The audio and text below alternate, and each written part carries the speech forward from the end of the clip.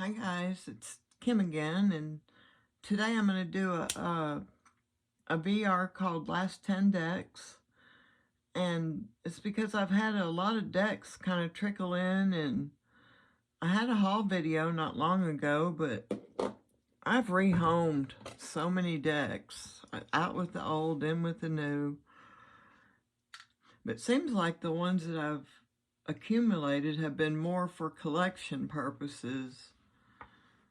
Some have been gifts, and others I bought for myself, but I'll just get right into it.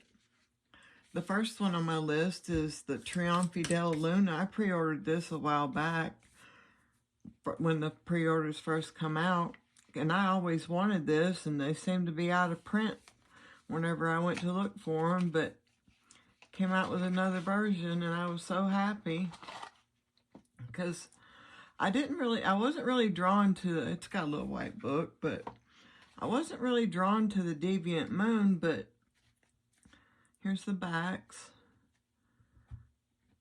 For some reason, the illustrated pips, I was drawn to this deck, but not the Deviant Moon. This one I love the artwork in this one. It speaks to me. And it's a good reader. I love the cardstock. It's a smooth, not shiny. Well, it's a little bit shiny, not too bad, but more of a matte.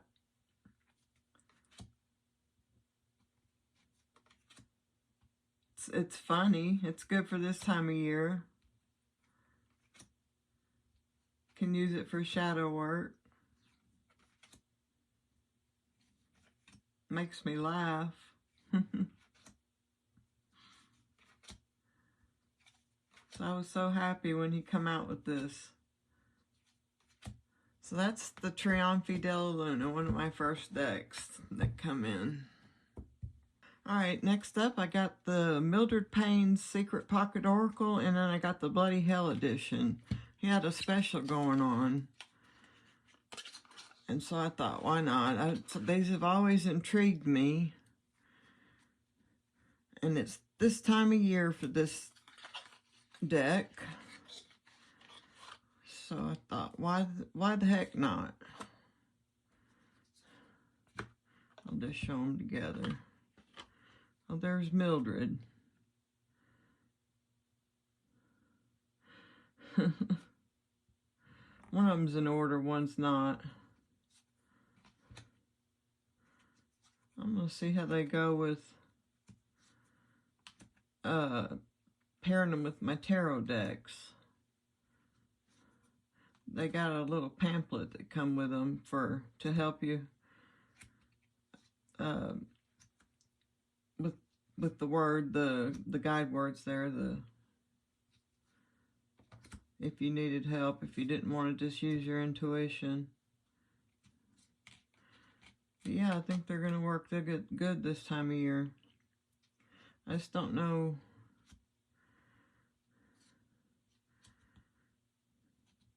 I don't know how I'm going to get on with them. I love them aesthetically.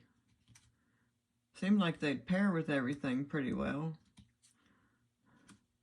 So that's the Mildred Payne's Secret Pocket Oracle. Next on the list was more for collection purposes, the Threads of Fate, because these are out of print.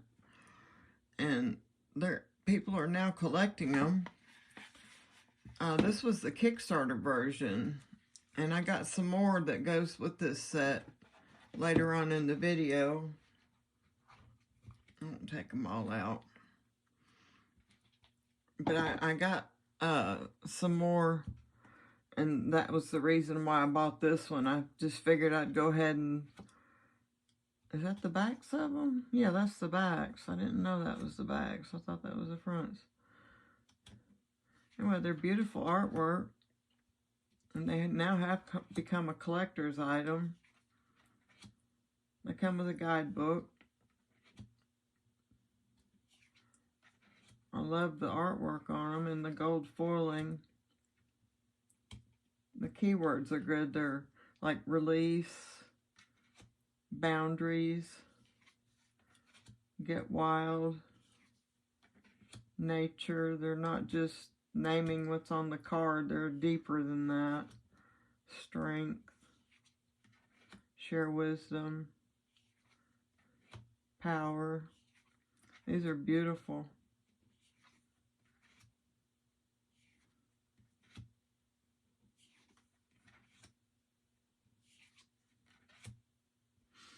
So that's the Threads of Fate Kickstarter edition. And the reason I got that was because I found these at a decent price, and because these are out of print and these are a collectible as well. These are a repurchase for me. I had these and I rehomed them a long time ago and I regretted it, and I've always wanted them ever since, and I found them on Marketplace for a very decent price, and I thought, why not? And she had the Kickstarter edition too, so I just bought them all to go in my collection. Here's the backs and the edges, and they're in excellent condition. I just love how you can go into the cards. They're so in depth. The coloring.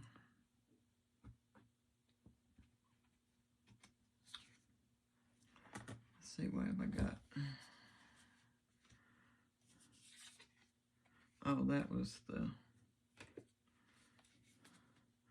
Now, let's see if I can do it right. All right. Yeah, they're just beautiful. They're just... You can just go into the cards. I think you just have... It just has to be in person. No, I've got this one wrong now. Now then, maybe I can get it right. Okay. Lord have mercy. It's more of a have to see it in person kind of thing, but they're just so, it's just so in depth. I don't know if it comes through on camera. Or here's a darker one. Maybe that one will.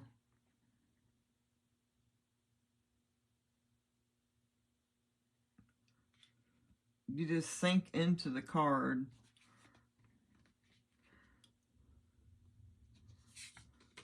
But yeah, these, I won't use them. They're just for collection purposes.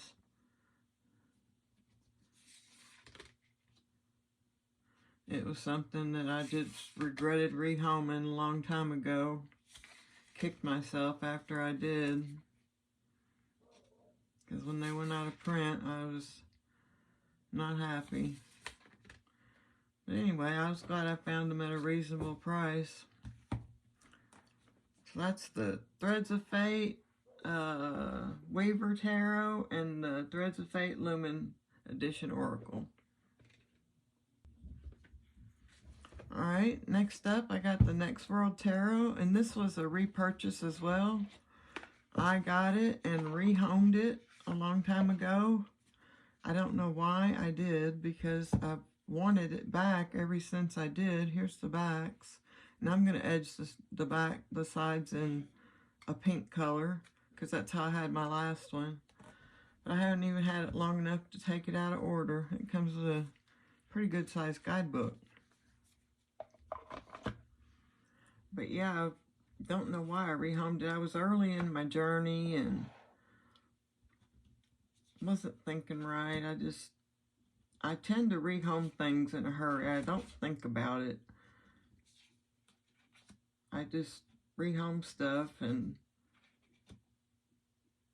I get on these I'm a Gemini, and I do things on the spur of the moment without thinking. Then I regret it and repurchase things. I've already repurchased more things that I've rehomed. I didn't even have it rehomed a week, and I've repurchased other ones because I do it without thinking about it. I'm very, what's the word? spontaneous like that. I just getting a kick where I want to empty out the old and in with the new, which I've got some new, but then I miss what I've let go of. This was easy to get back. So that's the Next World Tarot. The next one was a gift from my husband, and it came with this, I don't know what it is actually, Rite of Sanctification, some kind of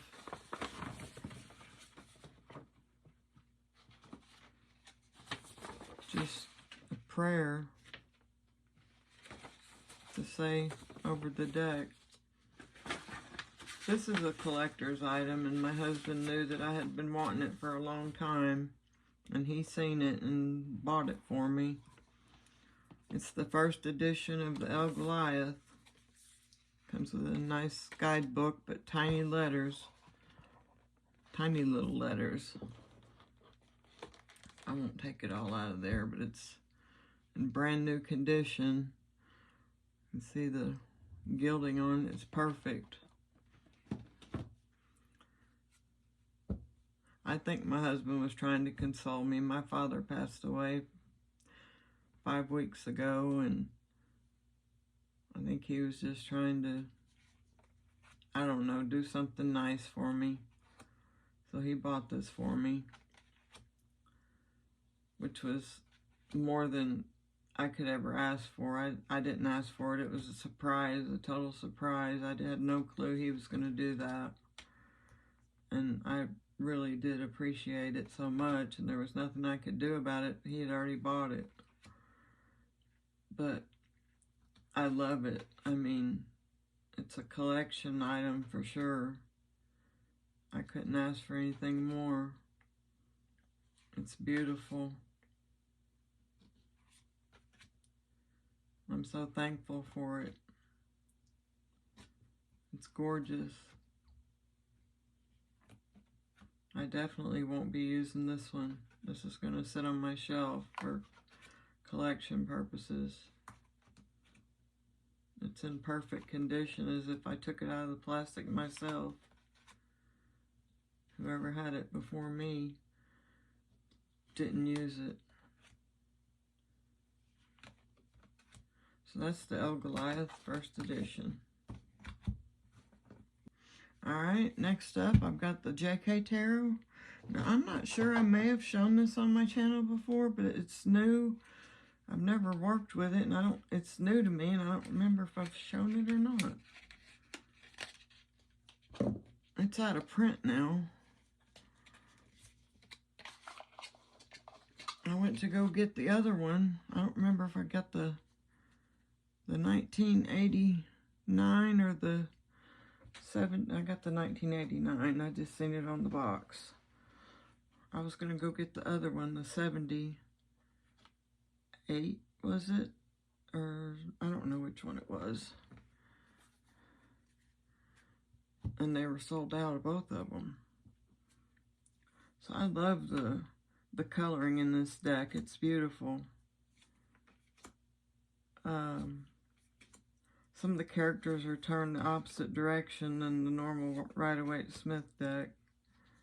I know that much. But yeah, it's gorgeous. I love it. It reads like a dream. I've had this a little bit longer than my other decks, so I've had a chance to play with it a little more. Goes with my Rider-Waite-Smith collection. I got several different versions of that. I need to do a video about that. But yeah, it's beautiful. I'm so glad I got it when I did, before it ran out of stock, because it's out of print.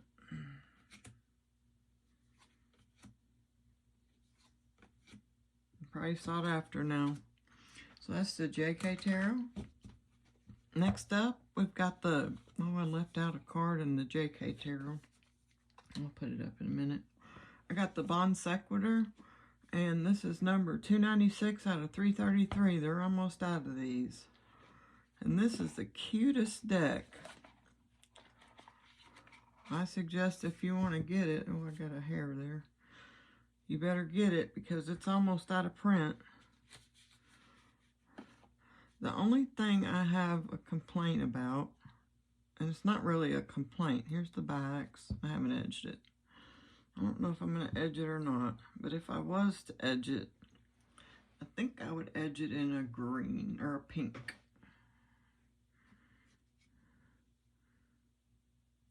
Green would be too much green. Maybe blue to bring out make the blue pop. But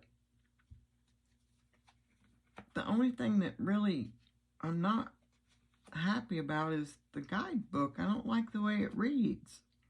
Like the death card. Let me read the death card. That one will probably read fine.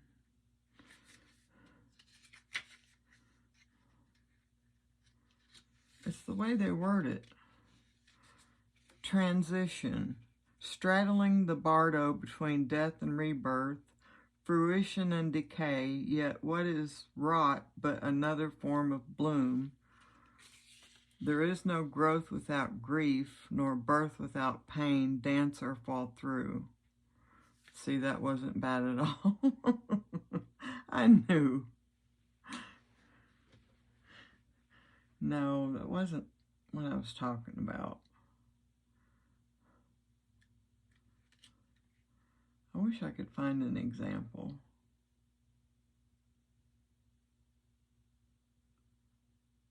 Anyway, the artwork is beautiful, and I'm assuming it's hand-drawn. Now, I can't say that. It could be AI, I don't know. It looks to be hand-done. I would need to do some research into that. But I'm more drawn to hand-done decks. It's cute as all get out, and it seems to follow the Rider-Waite-Smith system. See, that looks like somewhat nostalgia or memories. Could be memories. Eight of Swords. She's got the rope around her there at her knees, and she's blindfolded. So yeah, I would say it follows the Rider-Waite-Smith system. Eight of Pentacles, she's working hard. So that's the Bon Sequitur Tarot First Edition. And last but not least, in this beautiful pouch, it came with this pouch, is one that is another repurchase for me. And it is The Weird of Sarah Howard, and I have not opened it yet. And I found this at a great price on Marketplace. And let's see if I can get it open.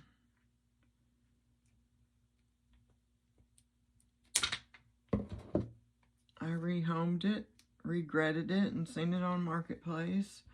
And I seen it on there for the exact same price that I rehomed it for. And it was brand new. So I figured, why not open it today?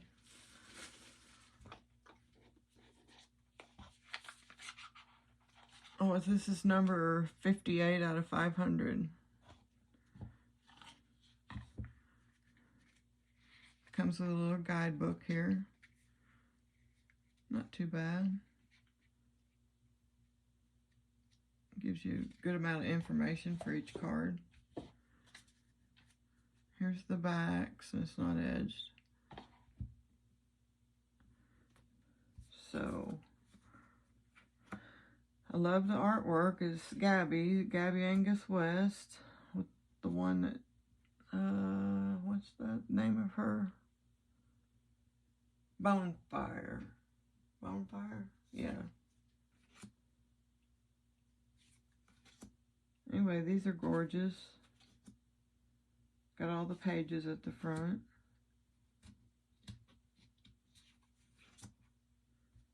They're a matte finish. too cold, even for the dog, it says. Cloud control. Different strokes. The one I drew when I had my other deck was freaked out by seagrass, and that sure would be me, because I'm freaked out by anything under the water. I'm terrified of going out in the water. Oh, that couldn't have been a better card I could have drawn. Right there it is, right there. Freaked out by seagrass. Oh my goodness, I would be unconsolable, not controllable, unconsolable, because that's my biggest fear, is being in water and not knowing what's under the water and gonna get me. No, thank you. So that's The Weird of Sarah Howard, and that is another repurchase. So I'm not going to get rid of it this time. I like this deck. Me and my impulsivity. And that was 10 decks. Well, it was actually 11 if you count Mildred Payne's 2, but I counted that as 1, because really it's the same. And that's all I have for you today. I hope you enjoyed that. And I'll see you in the next one if you show back up, and I hope you do. And thank you for watching. Talk to you later. Bye.